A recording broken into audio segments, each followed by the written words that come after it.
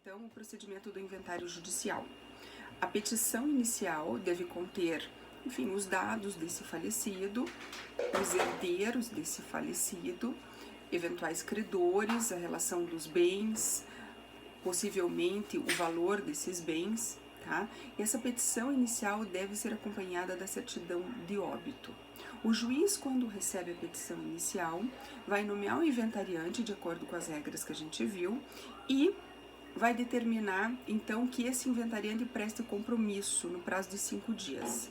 Prestado o compromisso, o inventariante terá um prazo de 20 dias para apresentar as primeiras declarações, na qual devem ser pormenorizadas todas as informações para que se dê andamento ao inventário, ou seja, os dados, a qualificação do falecido, a qualificação dos herdeiros, o apontamento de todos os herdeiros, a nominação dos bens, enfim, a indicação de todos os bens a serem inventariados, seja móveis, imóveis, semoventes, créditos, títulos, bens, joias, enfim, tudo o que for objeto do inventário, tá? Que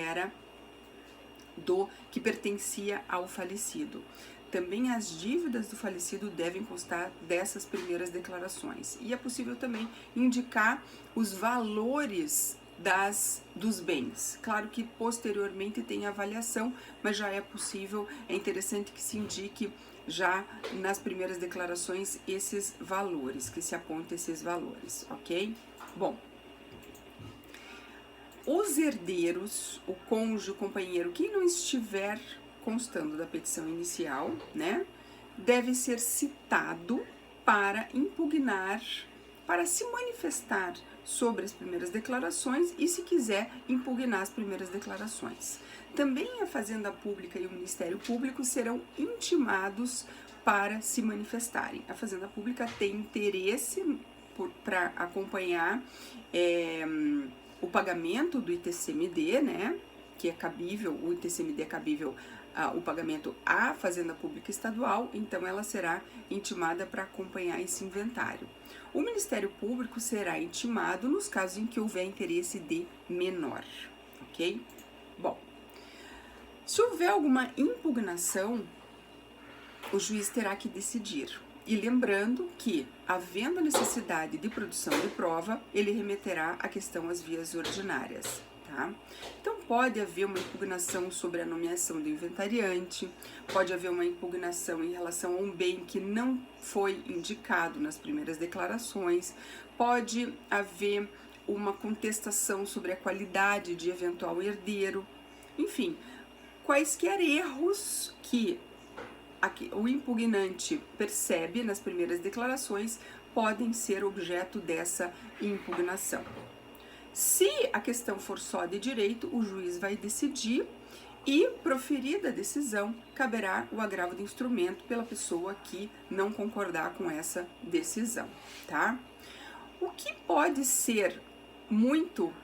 é muito comum em inventários é eventual herdeiro que não tenha sido indicado aparecer e requerer a sua inclusão como herdeiro.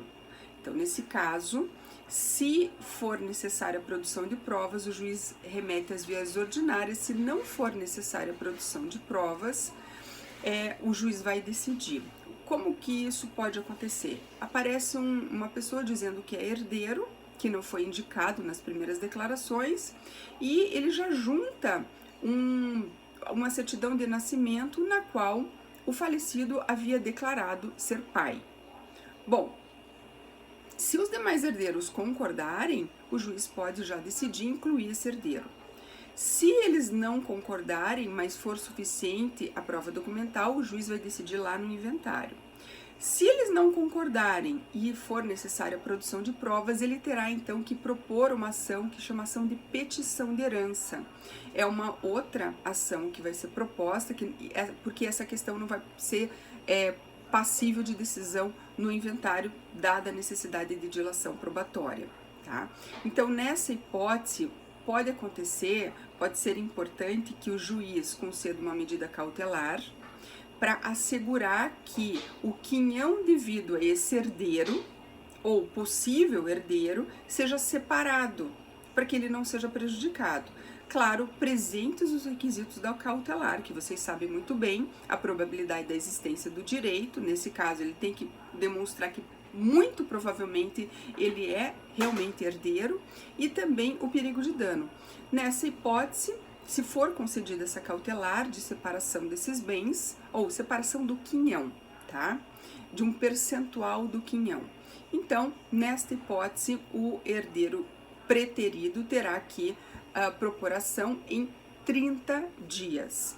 Vejam o que consta do slide número 29, tá? Artigo 628, aquele que se julgar preterido poderá demandar sua admissão no inventário, requerendo-a antes da partilha. Mas o que acontece é que, se for necessária dilação probatória, o juiz vai determinar a propositura da ação, né? O que está lá no parágrafo 2º, remeterá o requerente às vias ordinárias, ok? Essa ação de petição de herança, então vejam lá o slide 30, deve ser proposta no prazo de 30 dias, tá? E não sendo proposta essa ação, cessa a eficácia da tutela provisória cautelar de separação do quinhão, ok? Se já tivesse sido encerrada a partilha, enfim, o herdeiro preterido só fica sabendo que foi feito esse inventário e essa partilha, depois dela já concluída, ele terá o prazo prescricional de 10 anos para propor a ação de petição de herança, conforme o artigo 205 do Código Civil. Em seguida, as primeiras declarações e eventuais impugnações e a decisão do magistrado, deve ser feita a avaliação dos bens conforme diz o Código de Processo Civil, tá? Eu peço que, com relação à avaliação, vocês leiam os slides 31, 32, 33, para que eventual dúvida seja dirimida posteriormente. Por que eu digo isso? Porque essas regras do Código do Processo Civil, aqui no Paraná, pelo menos, elas acabam não sendo utilizadas da forma como elas estão lá.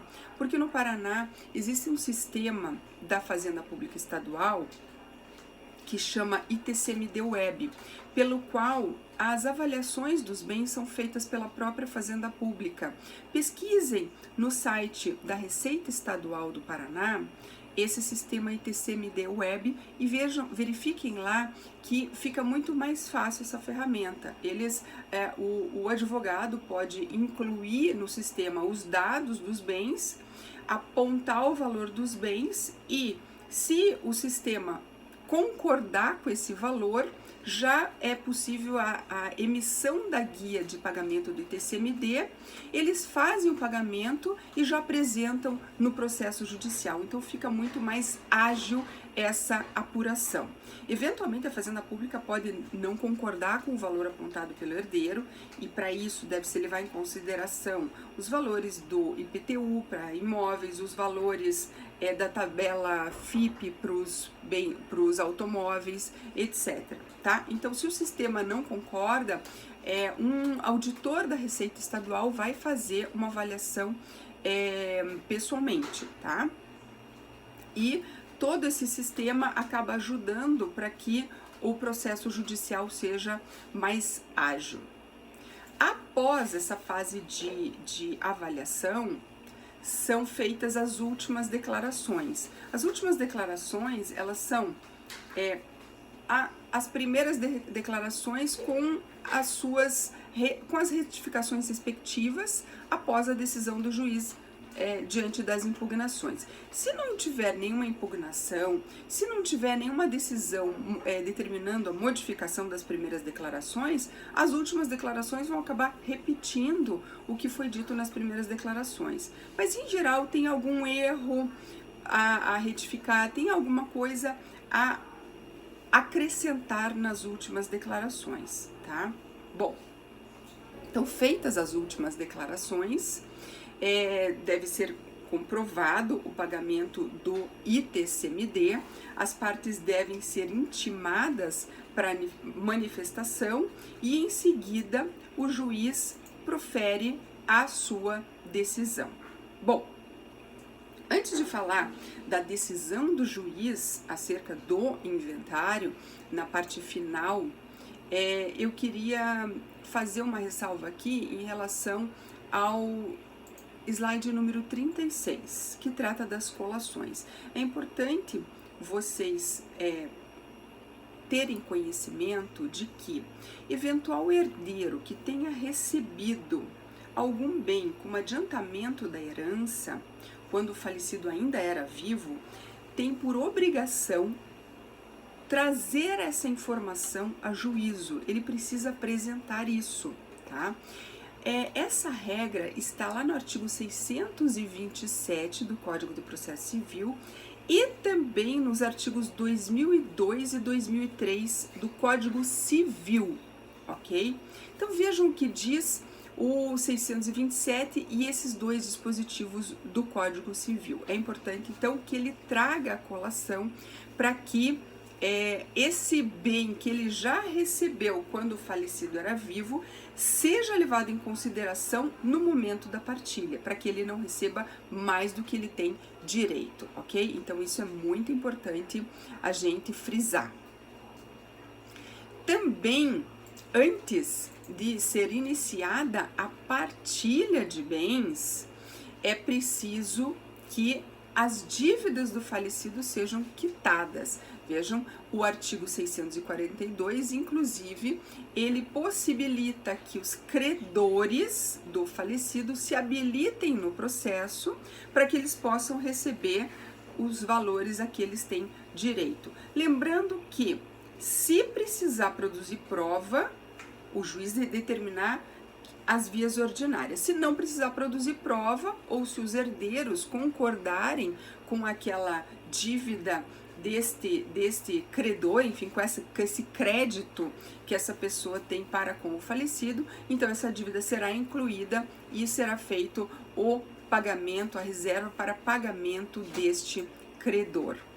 Outro slide que eu queria chamar a atenção para vocês é o número 35, onde tem o número da lei estadual que prevê regras sobre o pagamento do ITCMD, que é o Imposto sobre a Transmissão, Causa-Mortes e Doação de Quaisquer Bens ou Direitos. Esse imposto aqui no Paraná é de 4%.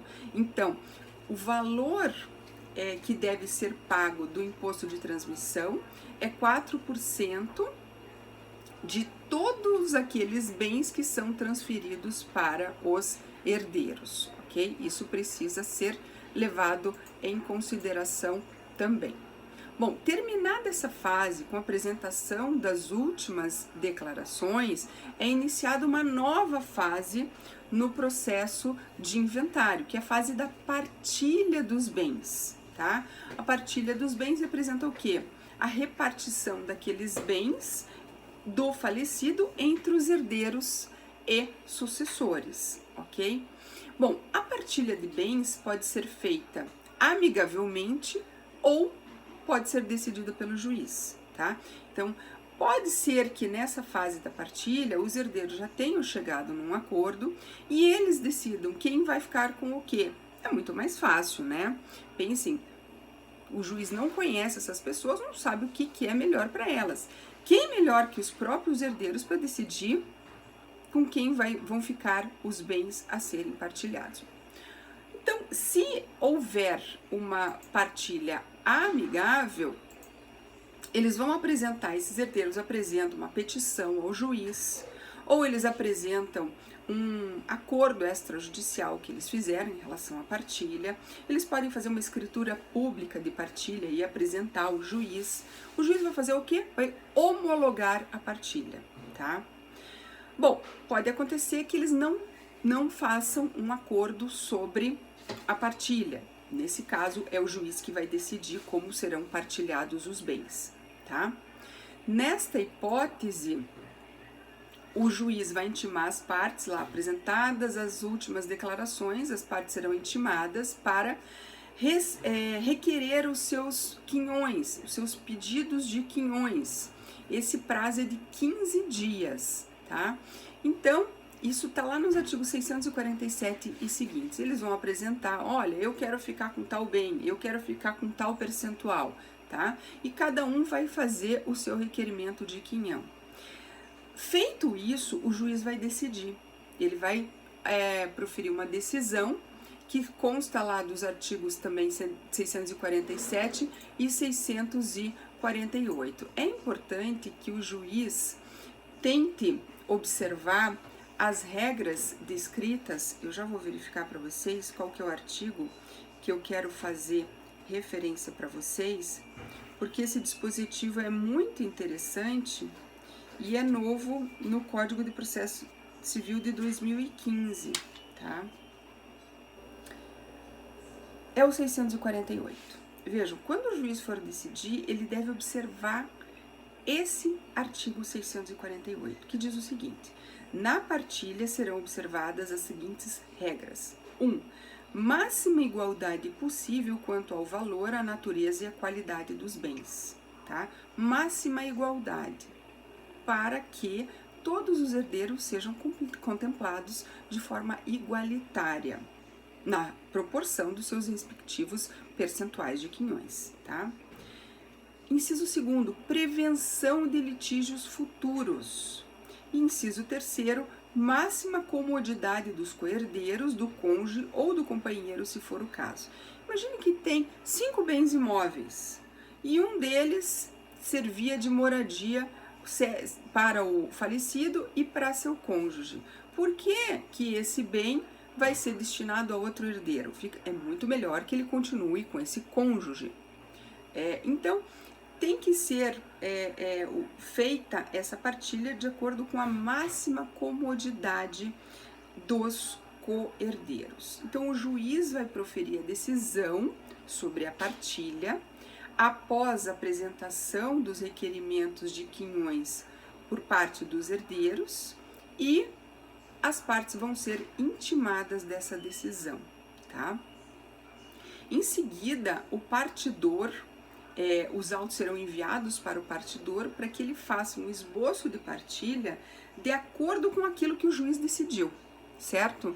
E as partes também se manifestarão, ok? Qual é a parte final?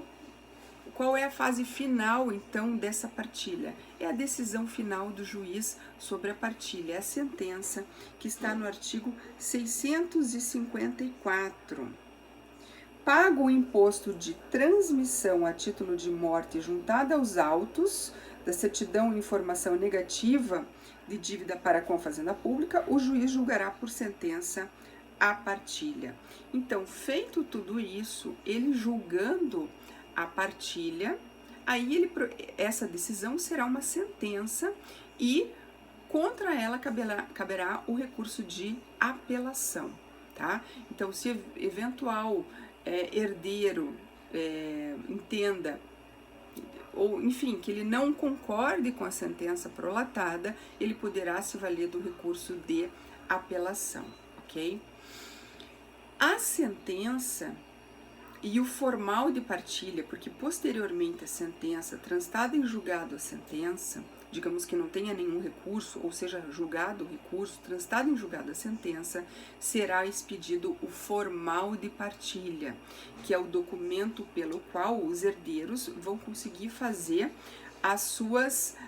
os seus registros em cartório de registro de imóveis. É o documento pelo qual eles vão comprovar que passaram a ser titulares daqueles direitos, passaram a ser proprietários daqueles bens que foram destinados a eles, tá? Esse formal de partilha e a sentença são títulos executivos judiciais, de modo que, se um dos herdeiros deixar de cumprir aquilo que constar dessa sentença, desse formal de partilha, isso poderá ser objeto de um cumprimento de sentença. Ela valerá como título executivo judicial entre as partes do processo, entre os herdeiros, ok?